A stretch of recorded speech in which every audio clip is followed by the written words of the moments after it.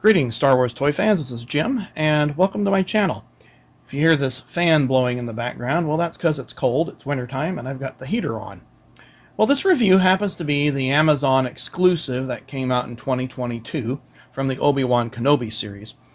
And yes, I'm a little bit behind the times. It's 2024, but I get these at things as I can afford them, and if you want first upfront news on action figures, I'm probably not the channel for you, but I will give you the best review of what I can. I review what I like and what I can put into my collection, and these figures I managed to get for just over $20, and they retailed in 2022 for $51. So that's less than half, so I'm pretty pleased at the discount that I got. Let's go ahead and do a review of the box first. We can see where the box art came in. It's a fairly large box, you can see from my hand here. It's about the size of the action figure card. They fit just nice snugly in there. It shows you there the figures that came out that year, some from Andor, and then just some general ones from the other movies, as well as video games. And then it gives you a description of the figures here. So we have Ben Kenobi in Tybadon Station, the Purge Trooper Phase 2 armor, and then they actually gave a name to a Jawa, Tika. Underside, you got the legal rights, I guess, and then on the box ends just says what it has in a couple of languages.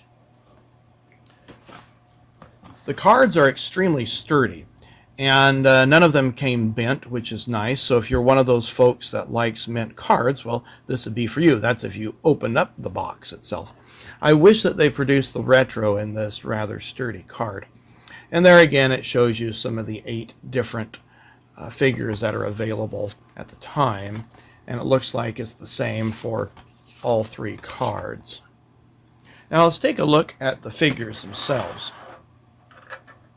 I've adapted the holes in the feet so that way they fit on the vintage Kenner action figure stand, and if you want to know how I do that, it's a very simple process. I take a hex bit that I don't remember the size, I think it was an 1/8 inch, and then heat it up with the propane torch, and then just basically put the hole right into the feet, enlarge it. You have to be extremely careful with these vintage collection figures because you can see where that hinges, and if you go too far in, you will actually go through the ankle itself. So you don't want to go in too far, so I just went in just far enough where I could stand these guys. And yeah, it devalues the figure, I'm sure, but now they can play on the play sets, they can be displayed easily with the older figures. Now let's take a look at this figure. From what I've read, and I haven't actually explored all this, he's got 18 joints of articulation, so you can put him in all sorts of poses, and it's got a remarkable look to Ewan McGregor. I think that's just fantastic. It's too bad that they don't do that with the vintage collection. I think they could just use that scan and come really close and then just use the same 5 points of articulation.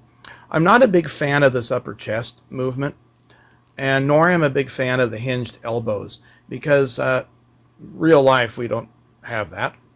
Our elbow does hinge, but we don't see the hinge point. I like the look of the moving wrists, though. I think that's an awesome feature. I wish they would do these in a little bit more durable of plastic. You can spring the hand open to a certain extent, but it's pretty soft plastic all in all. He's got this shawl that comes on the backpack that was separate, and it has a couple latches, or actually it doesn't have latches, it just loops over his shoulders. He can sit at the waist, kind of. If you watch any of my videos, I'm a big proponent of the action figure being able to sit, because if they can't sit, then they can't get into a fighter. The knees do bend, and they almost have like little catches on them, like a ratchet does, which is nice. And as I mentioned, the foot does hinge at the ankle, and the legs do rotate. That's hidden right behind the cape, for lack of a better term. Now, he comes with a lightsaber hilt. I think that's the right term on that. And then, of course, the blue lightsaber, and then he's got a gun that fits very nicely into the holster. My big complaint about this is I almost broke the lightsaber off right here where the blue attaches to the silver because it would not fit into his hand. I was really struggling with that. But it's not broken yet. And if it does, I'll just glue it back together. Now, we have here Tika the Jawa, and apparently he has 10 joints of articulation. There's supposed to be some at the elbow, but I haven't explored that at all. The head does rotate, which is neat to see on a Jawa, and the wrists do rotate. He does have this shoulder strap that loops around and this vinyl vest. The cloth goods are really nicely made. It's thin material, but no complaints there. He can sit. There we go. And that's nice. Put him in a sand crawler or something like that. He doesn't hold the gun very well. In fact, I'm not sure how you would hold the gun.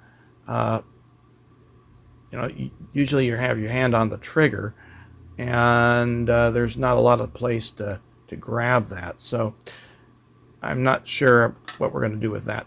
And then these two accessories here, reading online, I couldn't find out what they were. Maybe you guys can enlighten me on that. Little box with some brown painted cross, and maybe this is a flashlight. I don't know. Anyway, we'll put it with the Land of the Jawas set. And then we have the Purge Trooper. The Purge Trooper has 15 joints, and I guess he can go into a full articulation pose. You can see the leg does rotate. He's got a cape here on the back. Oops, just dropped the gun. Head does move. He has this shoulder patch. Waist turns. And on the Stormtroopers, you can get away with that because they actually have an indented spot there in their armor. But humans don't have that on their clothing. Does hinge at the elbow, and that's not too badly done. The black kind of disguises the hinge, and it does have these several different locking points. Shoulders do move up and out, rotate completely around, and then the wrists do turn, and that's kind of cool. The ankles do move as well. Now I'll get the gun, and he does hold that. Let's see, where's the peg? Okay, it's not quite in the heel. Here we go. He does hold the gun fairly well. He doesn't have a holster, incidentally, which is a little disappointing. I wish they did, but no big deal. And the Stormtrooper's head does turn up and down. That's kind of neat. Well, anyway, that's it for my review on these figures. I hope you enjoyed this video. Please give it a thumbs up if you did, and subscribe to the channel if you're new. If you don't have this set, great time to pick it up on Amazon for 20 bucks. Have a great day, and we'll see you on a future video.